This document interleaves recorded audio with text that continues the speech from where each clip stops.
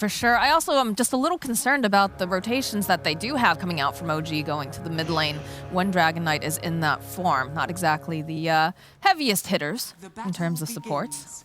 Yeah, I sort of agree, but in the same vein, like rotating Rubik and Undying over, you're going to drop a Tomb, you're going to DK, Soul Rip. Rubik's going to have some nukes. Like, they can kill him. It's not going to be super easy. But it all kind of also depends, like, how well does Topson pressure. If you can keep DK's HP around, like, 80% health, 75% health when that gank comes, it's a completely different story. So they have options. And Topson does do this, like, double Null Talisman into fast earn build, so his damage is going to be just a little bit higher. He usually just delays or skips a bottle, which is a bit interesting. But he just loves to pressure, and these items are going to be a little bit better for it. All right, well, it looks like they're trying to move around here with the lanes, trying to not give the advantageous setup as KheZu is going top here. And we'll be facing off with the tri-lane that they have positioned. But teleports are coming out. They're already swapping up. Okay, No-Tail heading to the bot lane. They obviously don't want to lane Nature's Prophet against a DP in a 1v1. With the tri-lane against Wraith King, it would decrease his farm, so instead they're going to sit Luna top against Death Prophet. So not necessarily exactly what OG wanted here, but maybe the Undying and the Prophet will be able to decrease Shad's farm, because OG does want to limit their advantage in the laning stage. That is definitely you have to watch out for, and we've heard the panel talk about it before as well. Having the skeletons over with the Wraith King taking down towers early just gives you a really nice advantage. And they do seem like they've got a decent setup here for being able to push. Like we said, the Dragon Knight definitely wants to pressure the tower once he hits a 6, and then also you have those extra units coming out from the side of ViKin. They do have their own D push though as well. That's a good point, yeah. It will definitely help offset some of the pressure that Prophet applies on the map. But generally, Seb isn't as much of a split pusher. When he plays Prophet, it's more like he just plays with his team. He ganks correctly, he buys good utility items, so it should help, but it's not going to completely shut down Prophet like we do some games when Prophets rely a little bit too much on split pushing to be effective. Very curious to see what mid one builds this game, itemization wise. Like he's been buying weird items. I certainly expect to see something similar out of his Luna game. We probably won't see like standard right click, Mask of Manus, Manta, BKB stuff. I wouldn't be surprised to see something weird. Yeah, very curious to see what he gets. What has he been building on like almost all of his cores? The Boots of Travel Midas. Yes, Midas into Boots of Travel, right. Which in some ways is kind of a cool idea for Luna. Like she does farm quickly, but she does have issues at times.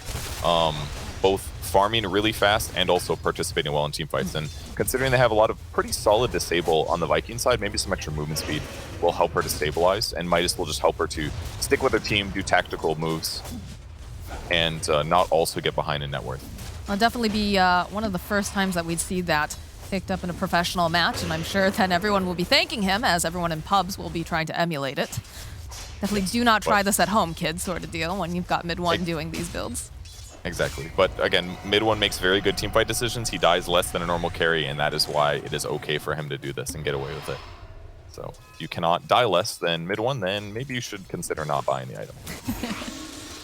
Otherwise, we're going to be reviewing your case on the Overwatch live Dota 2 court here at DreamLeague. Yeah, I'm going to give you a not guilty, but you know, I understand your teammates' frustration. You're not part of the court, Purge. They're doing a great job with the Undying against the Wraith King. This is one of the nice advantages of having Undying, is normally you lane him against like an off-lane strength here. Ooh, damage top. Ooh, yeah, oh, the nice save though here from Aramis. Looks like mid one isn't going to be able to get the final hit off over here onto KheZu. To have to be a little bit careful. They've got the Spirit Siphon, Crypt Swarm coming out. Can they do enough damage? It's looking like they're going to try to man-fight it out, and KheZu goes down mid one. Getting the kill with 60-something hit points. Aramis now has to run away. Not quite enough damage here on Sox to go and get that kill, but we'll force him back. A little too overeager there on KheZu's side. Thought he could get mid one, but with the Fairy Fire and the quick magic wand that built up a ton of stacks, very easy for him to fight to the death. Luna is a very good fight to the death type hero. Here it is again. Earthshaker pressuring correctly. KheZu walks in to get some damage in, but Fairy Fire, 7 stick, and all of a sudden, a lot of heal from him. And just the right click you get from your aura, plus the 150 damage nuke every 6 seconds is a lot more than most carries output. He's got decent armor too, 8 base plus the Wraith Fire or the Wraith Band. He's sitting good. More pressure top, because you're gonna take a lot of damage here. Should be fine though. I feel like that's one of the big weaknesses with the Death Prophet in the offlane, is just the fact that they're so susceptible if you have that lockdown. She just doesn't have a great way to escape, and she's not super tanky.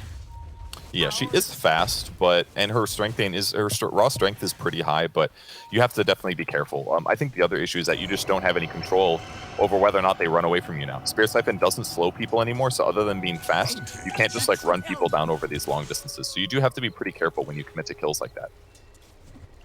Well, it's interesting to note now that we do have the 5-minute runes that came up, and still not a whole lot of action. Some pressure being placed on No Tail down there. A little bit of fighting over at the top rune spot, but they've already snapped it up. Aramis juking around the corner here. KheZu will throw out a couple hits. OG doing a really good job just pressuring whenever they can, because they are going to win in these 2v2 scenarios, especially with level 2 Lunar Blessing.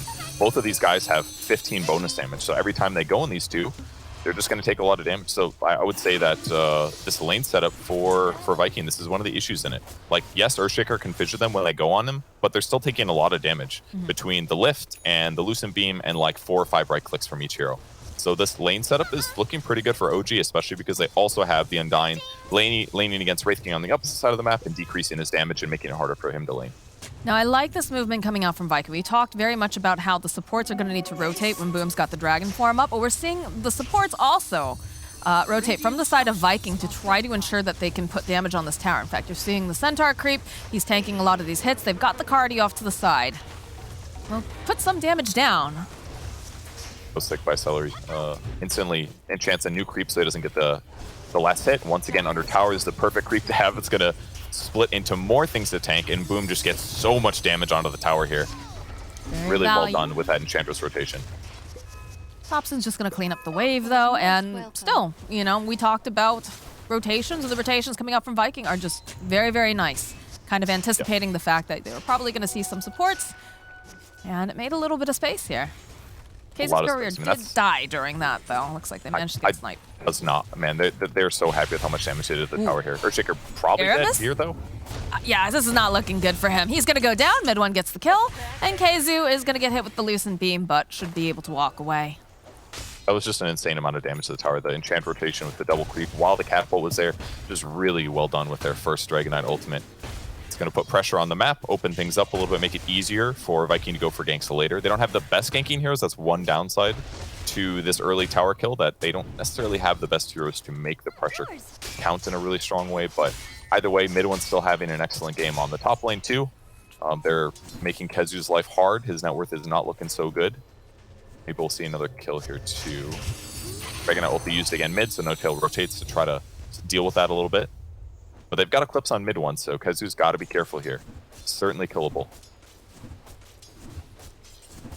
You can see that he's hanging back quite a bit. Does have the Earthshaker hiding off in the tree line. In fact, there's the lift right back. The Eclipse, like we talked about. Fissure comes out, but it doesn't matter. Wrath of Nature comes out from Seb and cleans up on KheZu. Yep, only one range creep left. They're able to get Rubik in position to toss forward at the same time, so Eclipse is going to hit KheZu almost entirely. And again, this dual lane for ViKin is showing some weakness here. You guys aren't going to believe this, but Luna's going a completely standard item build. Mid one going for the Mask of Madness rush. I know, it's weird. It's is not this him. really mid one playing? Hard to say. Maybe it's a stand-in. Could be. We've seen enough of those. Oh, they get the kill on Chad's Courier as Thompson with the Dream Coil looking to finish off over onto this Enchantress. One more hit should do the trick. Down goes Celery. So Thompson should be happy with that, and he gets a couple of earn charges to boot. Took a little doing, but yeah, the 2 earn charges are going to be great. They end up denying the tower, so yeah, the tower pressure goes really solid. They lost mid tower 2 at some point here. I didn't see where that one died, but it's gone. So ViKin not necessarily doing the best in their lanes, but getting the double tower kill at this point is really solid for them.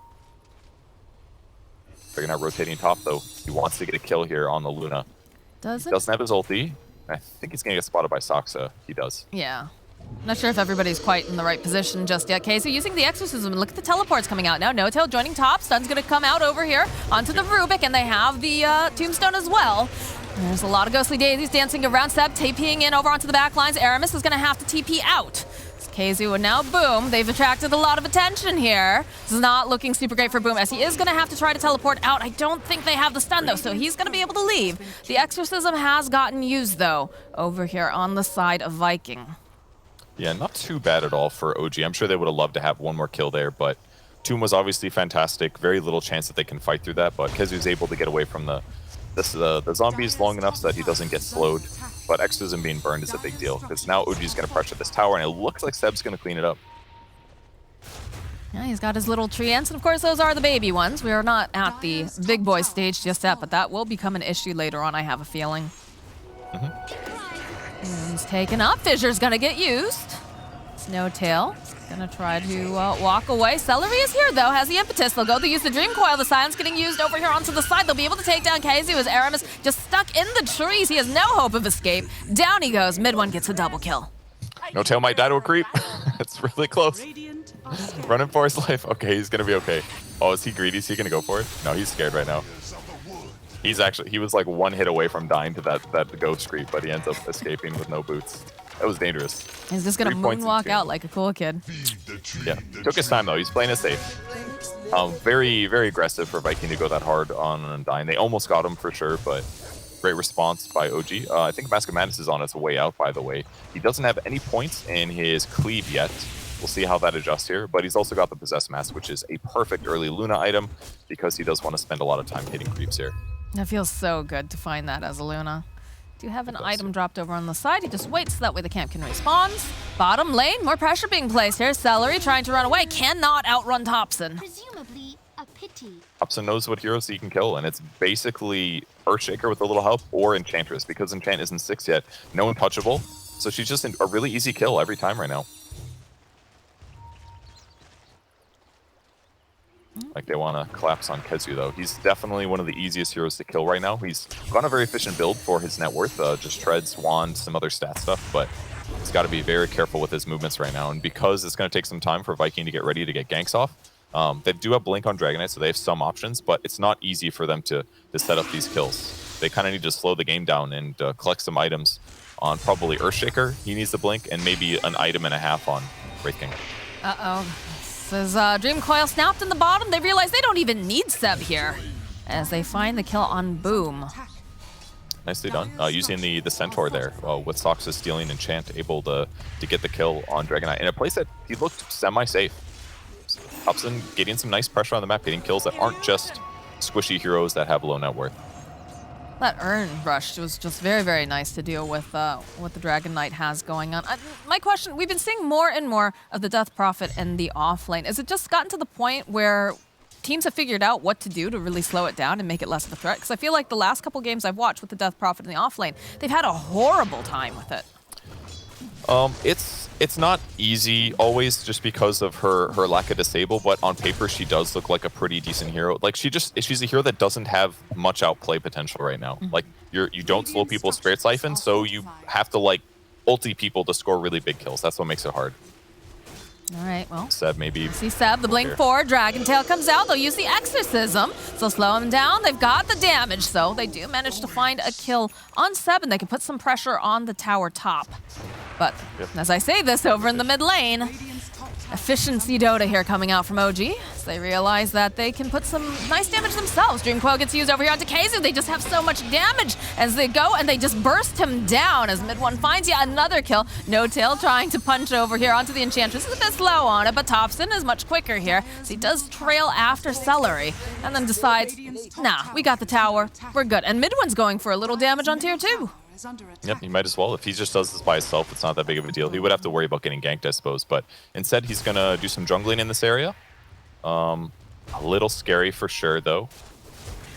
Got to be careful with this whole team running top looking for Boom. He might spot him with the orb. Oh, they do. They see him. He can't blink for 10 seconds. He does have a quelling, so he can get out a little bit, but they can do some checks here. No quelling for Undyne, unfortunately. And yeah, he's going to be able to get out. They spot him, but they don't have the Dream Coil. And mid one shifted to go push out the safe lane, so no threat to him in the meantime. But they're just playing basically really high-paced Dota this game. They generally do this when they have Prophet because they know that they can tempo the game so well.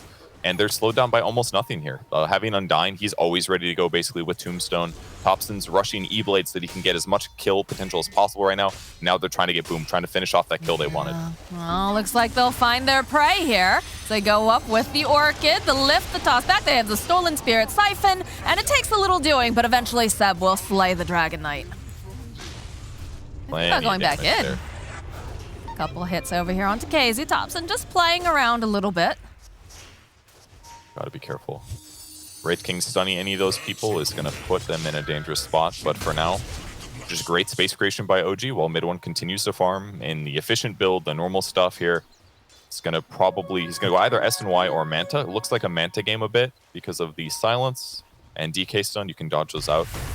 Mid one might be in trouble though. I think he's okay here. I think if he's on the other side of the fissure, it's a little bit scary. But look at Seb already making his rotation. He had the Orchid online. Celery and KZ are nearby, but they're very close to the tower. So looks like they'll back off a moment. Lots of teleports coming down. They look like they want to fight, Purge.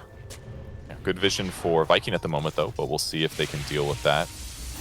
No Tail is not here. It's gonna make fighting very difficult until he gets here with the Tombstone, but No Tail has not purchased boots yet. He tried to buy a second Windlace, making a bit of a mistake here.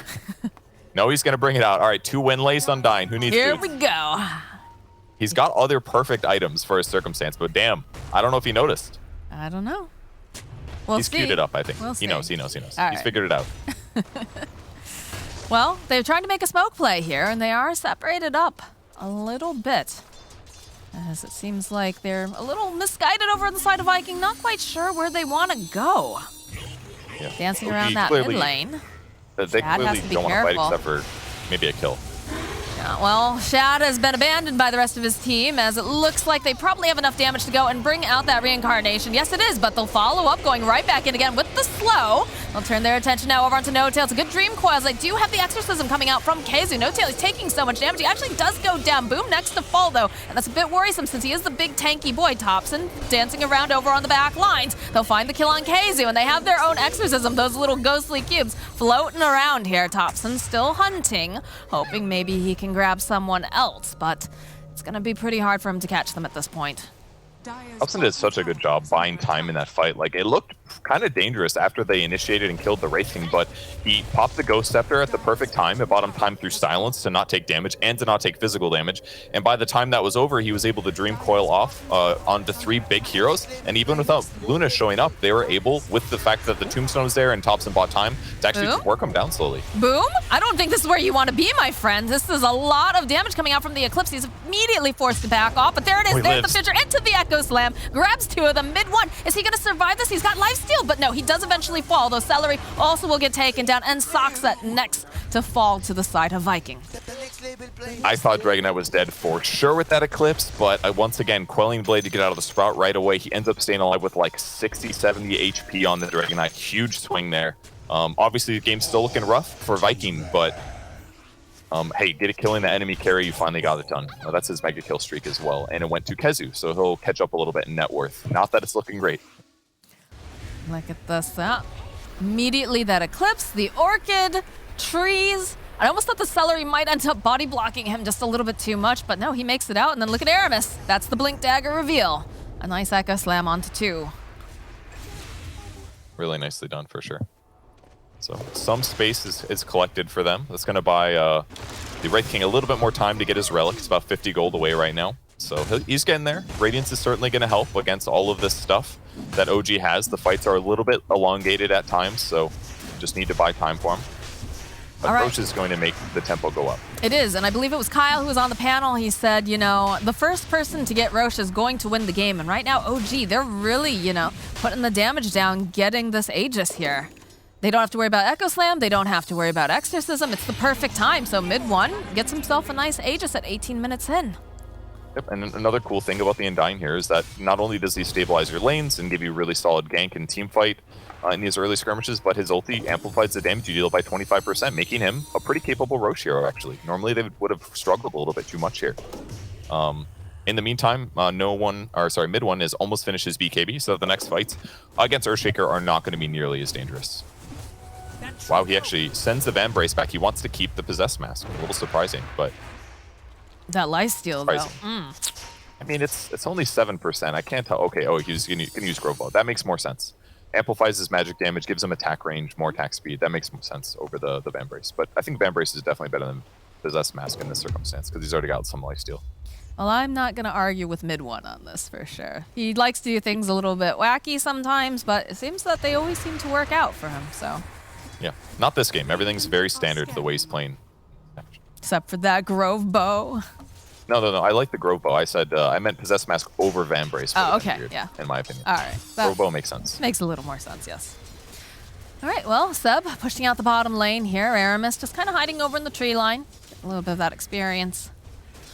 But there's a lot of movement in that top area. Coming out for the side of OG. The Fissure comes out, though. They do spot him. Can they finish him off? Teleports immediately coming out now from OG as they want to try to punish this. But I don't think they're going to be quite quick enough. All right, BKB's up on Luna, though. So no engagement, but they keep Prophet alive. They need to buy a little bit of time till he gets BKB before he can fully commit to these fights. So not too surprising. But with the map control they have with the Aegis, I'm sure OG's ready to fight very soon. Especially with an Arcane Rune over here on Puck. I think Thompson would love to skirmish anytime that the rest of the team is ready. He's picking up on Aether Lenses too, as well. Interesting. We've seen this a couple times. I think Boom was the guy that got an Aether Lens on Puck and ended up losing the game because he didn't have the Dispel from like a Yules or something, but clearly seems like a popular build. I mean, being able to Dream Coil from farther away is great. Being able to go farther with the Waning Rift gives you more options, and it's going to help make him get away with the fact that he doesn't have a Blink Dagger. But definitely interesting. I like their movements, the way that they're sweeping through the area, trying to clear it out, and they're using mid one as the bait here. E-Blade gets used over on the side, though. Just a little warning shot here from Thompson. Oh, damn, they stole Vampiric Spirit. Watch out. Oh, man, all that lifesteal. How do you stop him now? I think it's not even an aura anymore, I don't think, yeah. Looks like it just works on Rubik. Gotta kill Well, some creeps now, Soxa. spawn some skeletons. Yeah, watch out. There we go. Pressure being placed over on the mid tower, and they really can't do anything against mid one here. Just slices through the tower, slices through the creeps, gets a little heal top off here from No Tail, and the pressure's on in the bottom area. Two-pronged attack. It's looking pretty good right now for OG. Smoke coming out, though, from the side of ViKin. Can they get anything from this, though, is the question. They've got Radiance on Wraith King. He wants to run into this, but running uphill into the Tri-Camp is really hard. And Dire scanning, spotting heroes there. They just know that approaching that way is going to be tough, so they're going to try to see if OG will leave but the orb? this Tri-Camp. Could they potentially? No Thompson. All right, well, they have a party hitting their tower over here, and mid one's got an Aegis. Do manage to get a courier snipe. Catapult. This is good. Good time to push. Treants are going to tank most of this split shot damage. They have a ward here. They know. Celery so far forward here. Wrath of Nature plus the Dream Coil over on 2. Looks like they should be able to take down Celery first. Over on the back line, so they've split it up so nicely. Keizu, he tries to teleport out. He's not going to be able to. They have the Lucent Beam, and they're just chasing down Boom on the back lines here. Keizu eventually to fall. That was so smart by OG. They knew that the most vulnerable place they get attacked from is the back. They hadn't seen anybody on the map for a while, except for the Wraith King. They anticipated this. They had the ward and the sentry, and Dyne was perfectly positioned. And then they Dream Coil 2, drop the tomb, and then their opponents are forced to fight. Luna might lose his Aegis here, though.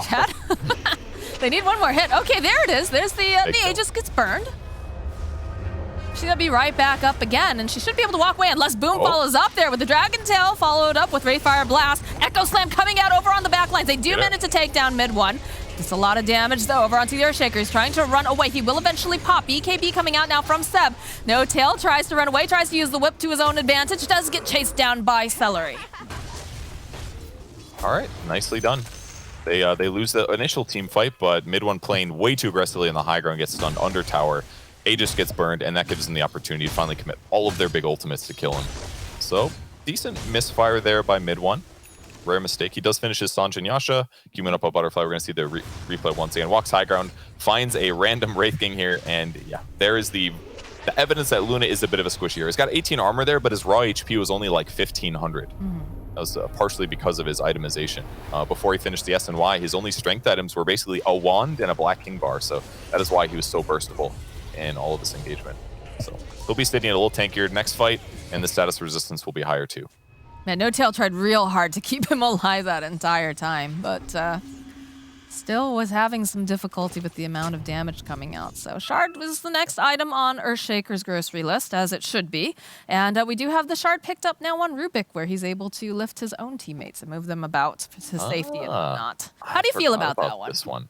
I think it's perfect in the circumstance, because something I was thinking about saying when the Luna was disabled was if they have a Glimmer Cape, Luna probably survives that second round of damage. And but Undying, he had to buy 2 Wind Laces. He was really poor as a result. So, they haven't been able to pick up a Wind Lace or a Glimmer Cape yet. Rubik has one queued up as well, but it's like he's not there yet. So now, yeah, maybe he could have spent that 1,400 gold they spent on a shard to just buy a Glimmer Cape instead. But this is also going to solve similar issues. The throw range 60% longer, cooldown's reduced by 30% when targeting allies, and the throw delay is 0.5 seconds. If he just gets gone on, Earthshaker Shard doesn't matter anymore. You toss him away from the fissure. There's no follow-up stun. It's the hard counter. Well, he has to make sure that he's not the one who's also getting fissured, right? Absolutely, but he's got an Aether Lens already, and he's got 250 cast range from Arcane Supremacy. Like, Telekinesis cast range has got to be like 800 or something at least right now. We won't be able to see the area until the game gets resumed, but it's going to be really far. He's just going to sit back. He's going to wait until Luna gets put in a really bad position, like Dragonite goes in, blink stuns. And that's when you throw him to safety. Well, and then later on, they'll follow that up with Glimmers. Our observer's trying to show you the about the area that he can do that within. You don't trust them. I mean, they can estimate as well, but unless I see, not the cast. You need cold hard, facts there. You need to have the actual measurements, each pixel. Yes? Yeah, something like that, yeah. It's not always accurate. The cast ranges get a little funky sometimes. But that is true. I think this one would work. Got a decent steal, too, with Wraithfire Blast, so he's looking to be pretty effective as Rubik. Great cast range. It will invade and reset the game. They still have a net worth advantage, of course. Seb finishes BKB there. I don't know if he has another item coming out or he just has no money. Appears that he just has no money. Well, that's a feels bad, man. All right, Purge, moment of truth here. Tell me your estimations. Who's got the higher win probability right now? Oh, looking? Oh, okay. Oh, look. Yeah, you can't look. It's got to be OG, surely. Okay. But what's the percentage? I don't know. I'm not in charge of the observer, the camera, or anything like that. We're taking a nice stroll in the Radiant Jungle right now. I mean, we just got them to guesstimate the cast range of Telekinesis. I'm sure they could also press one hotkey and check the win probability graph. I don't know. Sassy Purge. It's got to be at least, I think it's like 75 right now. If they hadn't made those mistakes with the Aegis, then quite a bit higher, because I don't know if they necessarily would have gotten a Rax there, but they certainly would have kept pressure on the map, and now they're more reset. But they still have a net worth advantage. They have a little bit more map control. Roche has got a ways till he responds, but I just feel a little bit more confident in their pressure right now, at least until like Wraithkin gets a BKB and a Blink Dagger. So how much then does it shift once they've managed to get those items acquired? That's because it is the Wraith King factor, right? We've been seeing him a lot throughout the this whole DPC, and it seems like, especially if you get that magical item, the Giant's Ring, things shift a lot more towards your favor towards the late game. You're right that things could change heavily in the next 40 minutes, but I think what's crucial is that most of the Viking lineup is about blowing up the one guy. And the fact that OG has the one guy in the front hitting buildings, not that Prophet can't do it, not that Puck can't do it a little bit, but Luna is like the tower hitter. So they have all these great heroes for chain stunning and for bursting. So if OG gets a solution to that, it becomes much harder for Viking to play the game, basically. So having Telekinesis can target allies this game is actually pretty ingenious, because Glimmer alone would help, but if they have a Dust and they combo physical damage with all these stuns, they can still kill Luna. So the fact that he can just do this while Luna is stunned has basically turned Telekinesis into a disruption, basically, and could, like, absolutely, with perfect OG positioning, like, give them no chance to lose the game, assuming they don't get picked off too much in between, like, Roshan. So I think OG's in a great position, especially with that shard pickup, if it works as good as we are assuming it might. Yeah, we're doing a lot of theory crafting here, obviously, but it would be pretty neat to see if, the telekinesis shard option is indeed, something that could be used in order to save your cores from the Earthshaker shard itself, because it feels like there's not a lot of solutions to that aside from like something like a BKB, or you're just very, very tanky. But my other question too is that, Keizu having a really rough time on this Death Prophet, what does he need to be able to do to become a little bit more relevant here? Basically, he just has to be ready to get into close range of the enemy team at the same time that they are bursting, basically. But it's kind of hard, right? Because his allies are going to jump in, combo the Luna, for example, and ideally he would want to be there with damage with Exorcism on, with Spirit Siphon going. But then he's going to get caught up in like Puck Coil and things like that. So it's kind of hard for him. If he had like a BKB, I'd feel more confident. He does have the Ogre Club, so he's getting there. or Ograx, excuse me. That's the Dota 1 name. Oh my god, unforgivable purge. But once he gets BKB, it'll be a lot easier. He just waits till his allies find a good initiation, ideally a fissure on 2 to 3 heroes where the enchant totem follow-up, and he runs in at the same time with ulti on and BKB active, and then he can just do a whole bunch of damage and silence some important heroes. That's maybe the solution, right? Yeah. Watch out for the Rubik telekinesis, slap a silence on him for that 6 seconds, and now Rubik can't save his Luna particularly. Yeah, but he's got to just, like you said, a lot of it comes down to the positioning. And it feels like any time that KheZu goes a little bit forward, he's immediately blown up. Yes, and that's because he's behind. He's got great items for this context, though. Lots of magic resistance with the cloak, and the talent that does the same thing. He's got Essence Ring. He understands that like he's just trying to get as tanky as possible right now for as cheaply as possible. But it doesn't, you know, in a normal circumstance where his net worth isn't quite as low, he would be in a much better place.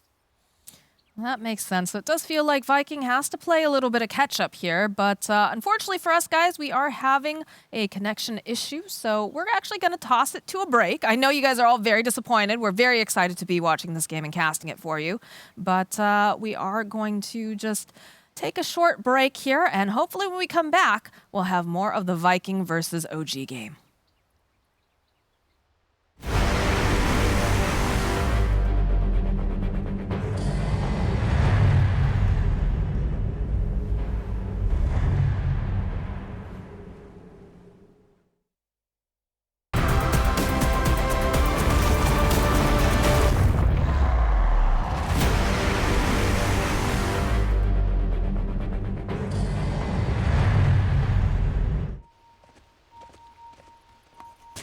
All right, welcome back, everyone. We are ready to go with more ViKin versus OG action after that short pause, and it looks like things are already shaping up as we've got a bit of an invasion going on into the dire jungle there.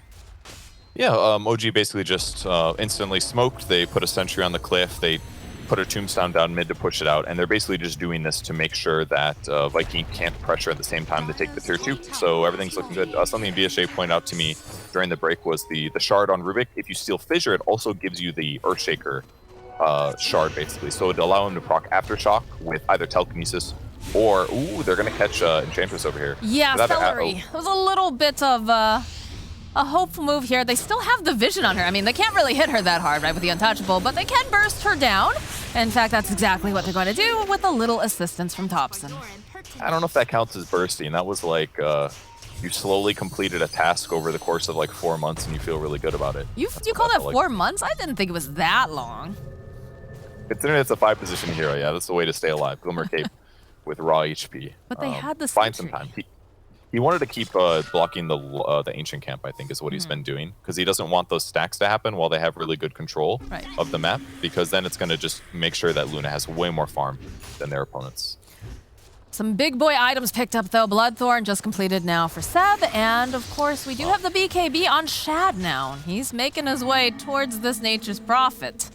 Silenced up here, turns with the BKB with the Bloodthorn, does a decent chunk of damage here over to Shad. I'm not sure if he was quite expecting that just yet, and you can see the other members of OG making their way down to help out their Seb. It's totally fine. I mean, they forced the BKB out. That's absolutely what they want. It's really an early Bloodthorn, though.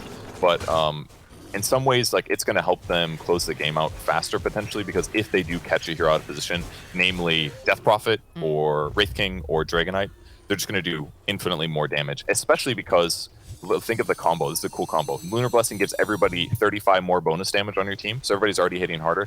And then with Bloodthorn, everybody's getting guaranteed crits for 30% more damage on top of that. So that's a big damage amplification when you combo the Luna Aura with the Bloodthorn. So probably the reason they rushed it. There's the initiation. They immediately spot out No Tail, so they'll be able to remove him from this next fight if they're going to go in for one. Roche is up. This will, of course, be the second Roche here. Yeah, good pick here. No buyback for Undyne, so if they can slow this down, it's going to be hard, though. Celery's already got wards in position. They scan it. They see it's up, but yeah, it doesn't look like... it's going to be really hard. I mean, it's so scary, right? Especially Dragonite? All right, Boom making some moves over here. They're going to just try to blow up Saksa if they can. Needs a little bit more, but they will find it. Mid one here, trying to just put some more damage down. BKB does get popped on Boom as KheZu. They managed to go and finish off the Roche. So Boom will get himself an Aegis. All things considered, not terrible for OG. They do lose Rubik, of course. He gets stunned for actually 4 months. But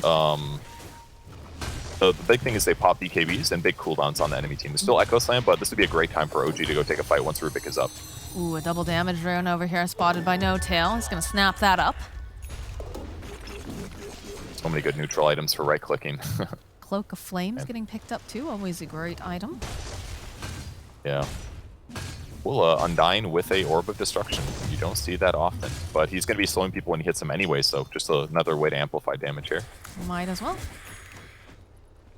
Octarine completed now for the puck. Cool. Yeah, really low cooldowns on his spells. 4.5 second phase shift. He's just going to go be aggressive consistently here. Got to regain map control.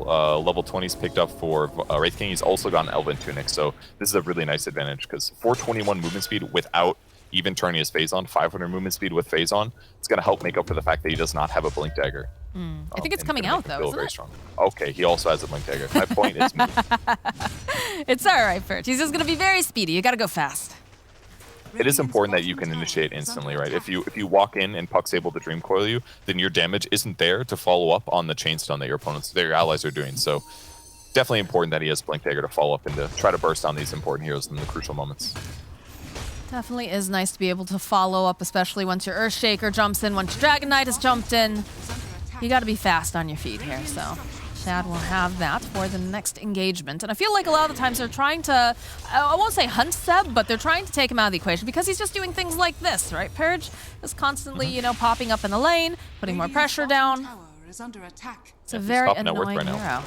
He hasn't even abused his shard yet, just using regular treants and some right clicks, but you know he's more mobile than his opponents are. They've got Blink Daggers and they are taking tier 2 towers, but he's getting some free damage in. Yeah, they need to get here soon if they want to try to save this tower. Shad is here, but so is pretty much everyone on the side of OG.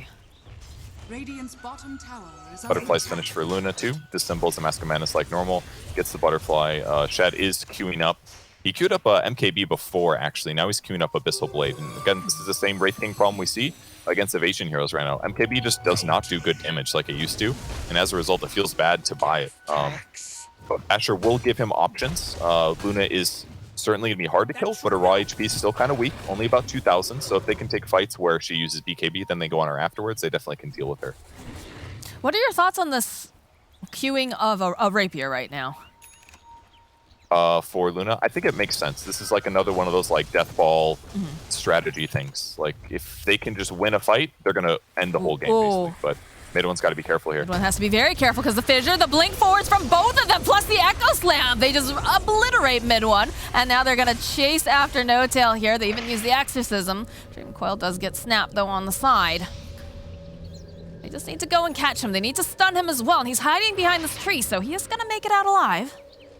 Well done. Reaper's looking less good right now. I don't know what it is, but that looked a little bit rough, the amount of damage that was. But yeah, very burstable. The one hero that could have saved him would have been Rubik. Within range to do the allied telekinesis. Even then, probably unlikely, because that was a lot of hate hitting one here at the same time. You couldn't even tell he had Butterfly. Yeah, it's a replay. Sitting low ground, kind of dangerous anyways, but range fissure, stun follow-ups, they threw everything on. Yeah, they got the burst. I mean, to be fair, you know, that Rapier, if she was picking that up at that point, she would not be playing that forward, right? That's not... Probably not, yeah. I don't believe mid one would be playing that fast and loose here, but a bit of a shock, probably. Yep. Either way, I mean, they don't necessarily want to fight them anyways. Kind of a dangerous moment. Do they still have the Aegis? I don't even remember. Yeah, they do still have Aegis on Dragon Knight, so they're not even going to be looking to fight right now, but... Yeah, mid one just getting a little bit too aggressive on where he farms on the map. And the net worth is getting pretty evened out. The one hero that was lacking before was Death Prophet, but he's looking really good right now. He's got BKB at 10 seconds, and he's got a plate mill. So Death Prophet is basically at survivable moment, the survivable moment she wanted, so that she can run in and do a bunch of damage. Looking solid. Maybe it's time to Prophet Rad at this point, buy the shard, that kind of thing. Well, that was the thing that, you know, before we split to a little bit of a break here, you know, I asked, what do they need to have online? You know, what do they need for the side of ViKin to kind of gain some more ground? And you had said, you know, the BKB is going to be very important over on the Death Prophet, getting some more items over on Wraith King, obviously, and of course the Shard. So now that they have that, they're making more and more headway here, but is it quite enough just yet? It's looking pretty solid, honestly. Like, Dragon Knight's following off. Actually, his net worth is still decently high.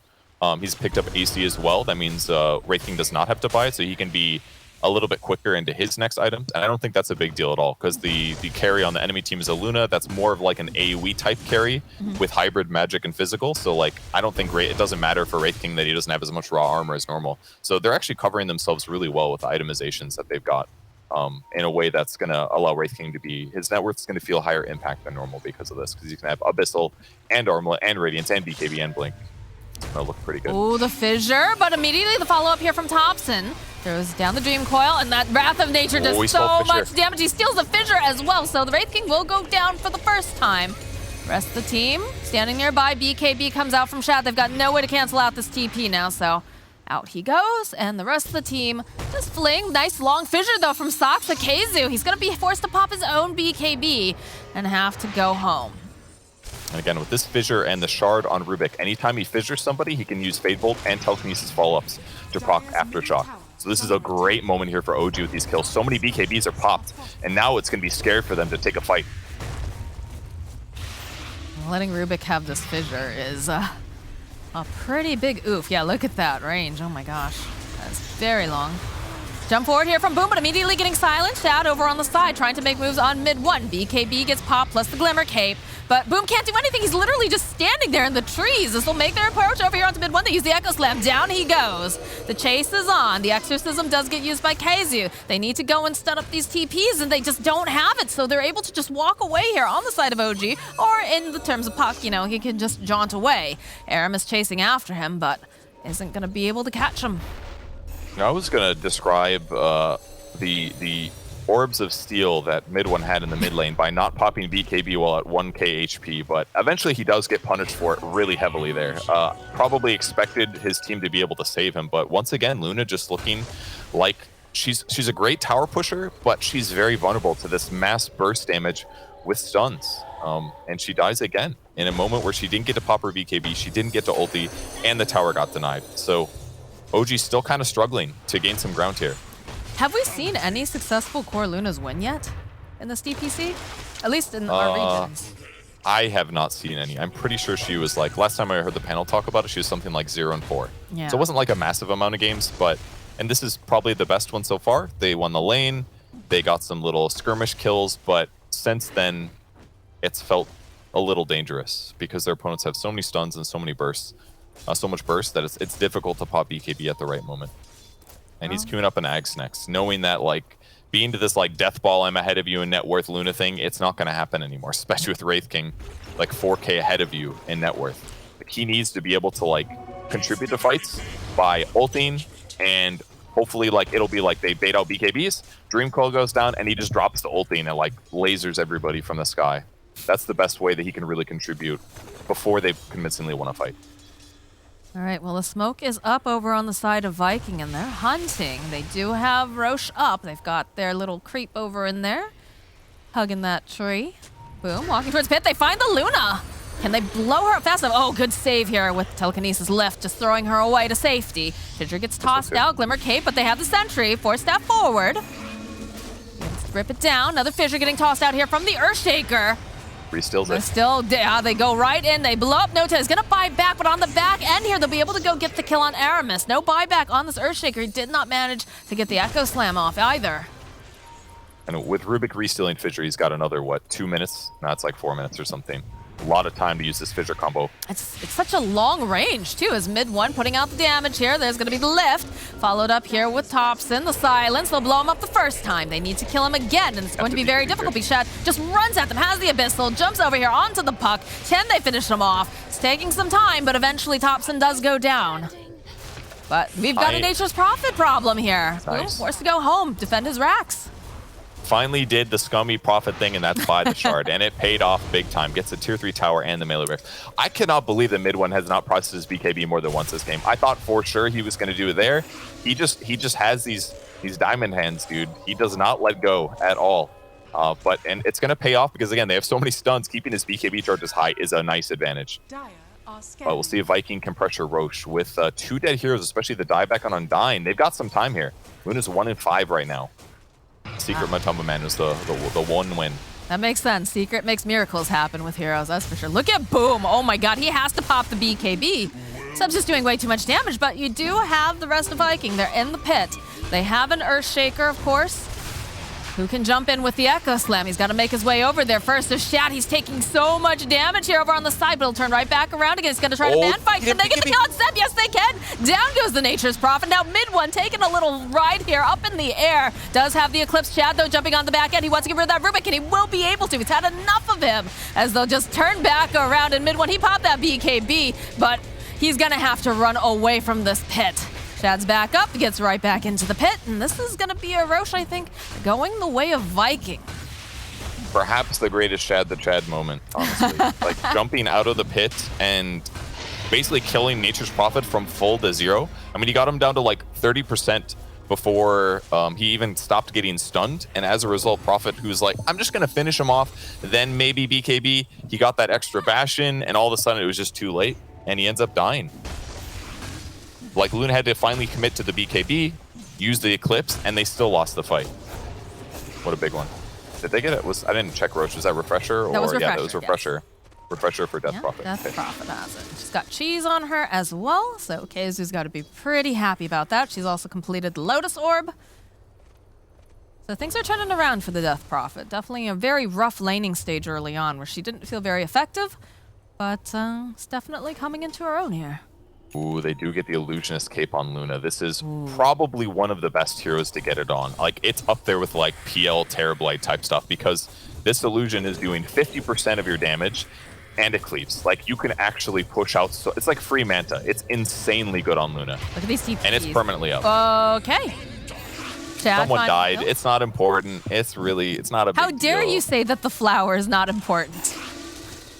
I mean, Undyne very killable here. He opted for BOTs, interestingly, to help deal with the Prophet issue, but he's also still stupidly fast with Elven Tunic on top of this. 491 movement speed at all times. He's got a double damager too. Look at how hard Shad hits here. It's incredible. All right. All right, well, ViKin making the plays. It seems like it was just a couple minutes ago they had a 5K lead over the side to OG. It's already shifted to 3K lead towards ViKin now. Yeah, this is the tough thing about these like slow kind of push lineups. You can't make too many mistakes when you go for your high ground moments. And because OG slopped it up a little bit, things have gotten harder. Purge, they just stole the Luna illusion there. Oh no. The hard counter, Enchantress, she's useful. Well, they also managed to steal some of the big trees as well earlier on, too. But, okay, Shad the Chat is just harvesting everyone's bones. Soxa's now very dead. I like how Midwin's just sitting up here and spawning his Illusion Escape. Oh, he's so getting he can go, like, push out lanes consistently. It's not that big of a deal if he's not hitting creeps right now, and he is kind of vulnerable to be spotted on the map, but... The way that... Yeah. The way that Shad is just playing this game, he's having his own time of his life here. Goes, he finds the kill on Soxa, Luna's courier comes by with the point booster, just murders that. He's just literally like a one-man wrecking ball right now. The way that anything shows up on the map, you know, Shad smash. He's doing a great job. And buying all luxury items. Upgrades his BOTs to BOTs 2. It gives him an extra 20 movement speed in case he wasn't fast enough. And with the Trickster Cloak on top of this, better magic resistance so he doesn't have to BKB as much, and evasion built in to make him even stronger against Luna. And he can also go invisible in anticipation of getting kills. Just a perfect neutral item here. Because he's got so many damage items already, he doesn't lose much by utilizing this. Yeah, I like the way that they're using some of these items here on the side of ViKin. Also have the, hold that thought, Dream Coil gets used over here. This is looking like Death Prophet's having a bit of difficulty. Has the Lotus Orb, but she's gonna need some health here. She turns right back around. I believe she ate the cheese during that. They'll take down the Tombstone. Shad looking for an opening, finds himself a no-tail. He's a big chonky boy, but is nothing for the dynamic duo Boom and Shad. And now they'll just turn their attention over here to the tower as they wait for the creep wave to appear. this phase of the game, the OG heroes are not nearly as effective. They lost a lot of advantage from things slowing down. They are split pushing well with Prophet still, but Those trees. Damage. they Bonkers. really got to slow this down. Almost lifted, but he did not want to get stunned himself, so held back. Oh, Seb. Oh, okay, they go forward with the Dream Coil, and again, the BKBs come out as they're going to try to man fight here, trying to put down the burst damage, but they can't as they turn back around over onto Seb. This is not looking good for him. He is going to go down as Shad is just rolling after them here with that Lotus Orb. KZ chasing down over here on the Luna. Does manage to get the catch. Silence, the follow-up with the E-Blade, turn right back around again. He'll be able to dispel it, thanks to the flicker. Very good usage there. More movement speed on Death Prophet is excellent here. Removes E-Blade. Shad covering his teammates well. Like, all these goes on Kezu have been effective, but him having cheese, he still has another cheese, by the way. Having BKB, having all these utility items, and now he's at this position where he's really difficult to kill. And the single target raw burst damage from OG is just not there so much because Luna is not the most incredible single target hero. It is starting to feel a little bit desperate towards the side of OG here. Are we still looking at a Rapier here for Luna? I feel like she can't, like she needs to get damage, but at the same time, like it's too risky, right? Yeah, it's pretty risky. He's waffling behind. Sometimes he queues it up, then he goes back to queuing up Ags. His courier might have another Undying. There's another double damager outside the Roche pit, by the way. Okay. Anybody would love to have it, Shad especially. Yeah, and it looks like he's gonna help himself to it. Soxa, you better run, boy. You don't want to deal with that. And meanwhile, Boom's just hitting your buildings. I'll take the illusion over, try to push them back a bit. E-Blade comes out, but Shad's here, and he's got the double damage. He doesn't have any fear. And Pure Warrior again. Woof. They're just shredding through these buildings. Nature's Prophet is going to be up in about 5 seconds. Does have the buyback as well, but no use for that. So they'll do the damage, take the tower and the racks, and perhaps make a rotation top and help themselves to that as well. Yeah, really cool thing Mid One's doing here. Whenever the illusion gets taken over by enchant, I believe what he's doing is he's dropping his illusion escape, and when you do that, the illusion dies because otherwise you could spawn it and backpack it and it'd be kind of busted. So it's kind of a cool way to counterplay that, but maybe they can get this Enchantress kill. They haven't had a kill in a while. They should be able to get this. Yeah. Down goes Stellar. You're just a little bit too far behind the rest of your team right now. They're going to leave you to die. But we do have a refresher orb up and running now over on the Death Prophet, so. He's got to be really happy with his position considering the early game. He's done a great job staying alive, being out of position and enough that your opponents want to fight you, but not so much that that you end up not being defendable here. Hook gets popped though. That's just a ninja gear. It's just a ninja gear. I love that though. I really like the way that they're using that because of the fact that Dragon Knight can just, you know, sit on the outskirts of these fights, find the opening, and then just blink in. And they really just don't have the vision on him. They do manage to pick up a gem on the side of OG, so they're going to try to reduce some of the vision. But in the bottom lane, Shad has found himself another victim here, Seb. Follow up here from Boom plus the Abyssal Blade. That's a dead Seb. Doing such a good job pressuring him. This king is truly an undying king. 8-0 and 8 right now. Yep. Insane movement speed, can teleport anywhere. Does tons of damage here. And the heroes are just falling off on the OG side. They really needed to take a barracks earlier than they did. One they got was a little bit cheesy. They succeeded, but maybe puck itemization you can criticize a little bit, but his goal is to set up these kills and to start the team fights in good ways. And he's got really effective abilities. His Waning Rift's almost perma-silence, 3.5 second uptime out of 4.3 seconds. But Hobson, Aramis is here too. You've got plenty of stuns, and there's, of course, those boots of travel. They jump forward here. Looks like Thompson just a little bit fast with the fingers, though. He's going to be able to run away as Soxa hides in the tree line and teleports out. Nicely done by Soxa to save him. It wasn't kind of funny there watching Earthshaker have to play his hero the normal way, where he like fissured, he gets thrown, he's like, oh man, I have to blink in to follow up stun. What is this? Just it's like just the so old much days. less effective. Yes, but not able to kill him. Thompson stays alive, still pressuring the map really effectively here. Ultra low cooldown stuff. He even got the shard for the Waning Rift to push his opponents back a little bit, deal a little bit more damage with Waning Rift. So we do have the Ags completed for Luna, and she's looking back towards that Rapier. Yeah, I mean, kind of have to, I think. You don't seem Again, sold on it. Dangerous, but I like that he bought Ags first because it gives him like 2 different ways to play fights. He can either do Chain Stun. Oh, the lockdown is real on this poor little puck, and down he goes. Took all their spells. If they fight at the same time, Sox are trying to take this shrine, but yeah, Smoke's gonna break. He's gonna run. So it gives him 2 ways to play his fights. He can follow up Disable with Eclipse and kill somebody without having to fully commit. And it also gives him the ability to do insane physical damage. Kazu. Oh, these boots too are just doing so much work here. Shad just shows up. He says, you know, Kazu calls him up. He says, I've got a hero over there. Shad says, I will be right there. Rushes over and he's dead. It's so scary. It is. And cool itemization on Shad as well. Goes for a heart. Sep? Has almost no armor. What was that about? I don't know. I think he might have fat fingered it. Might have been safety. I mean, he went cooldown reduction. This is like the one thing that I think I can maybe criticize about his build. I wonder how different the game might have been if he went 8 armor talent instead of 20% cooldown reduction. He probably went cooldown reduction so you get more done on the map, but like some of those mid-game deaths might not have gone as poorly if he did opposite, but hey, we are where we are. ViKin pressuring bottom. Oh, they're waiting for oh, there it is. There's the rapier picked up now for the Luna. This is kind of make it or break it, I feel. Lots of ghosts dancing around here. Wrath of Nature does get tossed out. They'll just go rip down the tombstone. They do get him hit over here onto Seb. He's gonna keep pushing, but again, you have so many ghosts here. Where's your creeps, though, is the question. Prophet was bottom, remember? Pop is BK. By the way, Prophet's been top as well.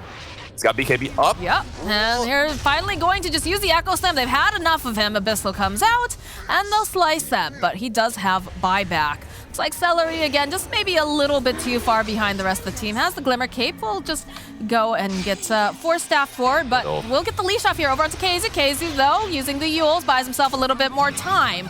Celery still trying to fight here, not going to be able to, and it's not looking great for Kazu this time around. He also will fall. Ooh. Use that refresher, refreshing. too. Yeah, I tried to BKB refresher into BKB to escape there, but a little bit tough, not able to do it. And kind of a perfect circumstance for Luna against Enchantress too. Just don't attack the Enchantress, you attack the Death Prophet, and then the bounces go and hit her anyway, so it works out. Rapier paying off there. Yeah. What else did I see that was interesting? There's something else there. There's a lot that was happening all at once, for sure. Yeah. But Ag's Blessing is now the next gift that Roshan can bestow if you can slay him, so a lot of eyes. They got 2 dead heroes. I mean, at least force some buybacks here. Oh yeah, that's right. Prophet killed the whole enemy base. That's right. All the range barracks are gone. Shad, they spot him. Fissure gets tossed out. There's going to be the Luna Ags. Still doesn't feel like it does too much. Oh, the snap, though, pushing forward. The buybacks are coming out now immediately as Boom jumping in. Can he burst down No-Tail? He's trying. Rest of the team on their way. Nice Fissure coming out. We'll take down No-Tail. Mid one has the BKB pop. Boom having to run out. This is going to be the first death here coming out from the side of the Wraith King. He's going to come right back up again. He pops the BKB and is just going to have to retreat as they go in with the Exorcism. They do have to take down that tombstone. It's still spawning. Look at the legion of creatures just coming out over here into the bottom area. They'll protect their king. So they should be able to go and get this Roche. It doesn't feel like OG feels confident enough going back into the pit. But they do have to send people home right now. In fact, Shad's going in. There's a lot of stuff on the ground. Do they pick it up? It's going to be Boom who grabs it. Now KZ forced to go and use the BKB and the Lotus Orb. He's got to be a little careful here, but he should get healed up fairly soon as Shad's just chopping down trees in the base. Another Fissure gets tossed out. Can they find it? There's the Echo Slam. Can they take down Thompson? Looks like they'll be able to take down Celery's Courier, but there's a lot of things going around on the back end as KZ was just trying to flee. Thompson somehow still alive during all this. Aramis, though, he's going to buy back. Look at this damage coming out here against Boom. That's going to be the Aegis as it gets dropped down. Celery looking around. They'll turn their attention now over to the Luna. They need to get enough damage out. They need to be able to man-fight her, and it's not looking like they're going to be able to win this fight. They're taking too much damage. All right, Wraith King's coming right back up again, but the rest of the team is here, and they have the Abyssal. They're just slicing through mid one. Can they do it fast enough, though? Do they have enough damage? He's still alive. He's man-fighting all of them. Look at this beautiful Dream Coil as they go and they throw out the Fissure. Finally, they take down mid one, and they're looking for anything else that they can get. Kaizo goes down. No-Tail next to fall. This is looking a little scary now for Thompson. He's got to be very slippery here. Uses the orb. Is he going to be able to make it out? Are they going to chase after him? It looks like they tried, but Not gonna be able to go get the final hit off. Boom, waiting patiently. Thompson, he's got those dancing shoes on, boy. He's juking around, but eventually they find him, they stun him up, and down goes Thompson. Buyback, though, here from the puck. And there was a lot of damage that just got placed into their base while all this was going on. Those melee barracks are at half HP, not low enough, but the amount of space that Thompson just made was actually incredibly insane. With these atypical items, he just sat there and bought so much time for Luna to get things done, but it wasn't enough. A lot of buybacks. ViKin shows up and takes the rapier away. Very scary moment. Oh, for the OG. fissure coming in hot. Chad is here. He's waiting patiently. Is stunned up. They fall with the ankle slam, though. They know that if they can take down Thompson. There it is. There's that eclipse, but they don't care on the side of ViKin. Does a decent amount of damage, but mid one, he just can't go forward against this. It's too scary. Another long-range fissure. Blink coming in from Boom. They're just going after No Tail. Down goes, Soxa. They'll go right back in. They'll pay attention to these buildings. Buyback now coming out from Rubik. They need to try to force them out of this base, and it's gonna be so damn difficult. It's another blink forward here. Here it is, the Ancient. It's crumbling. They BKB. They've had enough on ViKin. They say, we just want to get this done. We want this victory. We want game number 1. Fortification comes out, though, and they try to jump in over onto the back lines. No Tail, he's trying to man-fight them. It's not looking like he's going to be able to. Shed jumps forward over here, gets a kill on Soxa. It's mid one against the world, and it's not going to go his way as the GG gets called.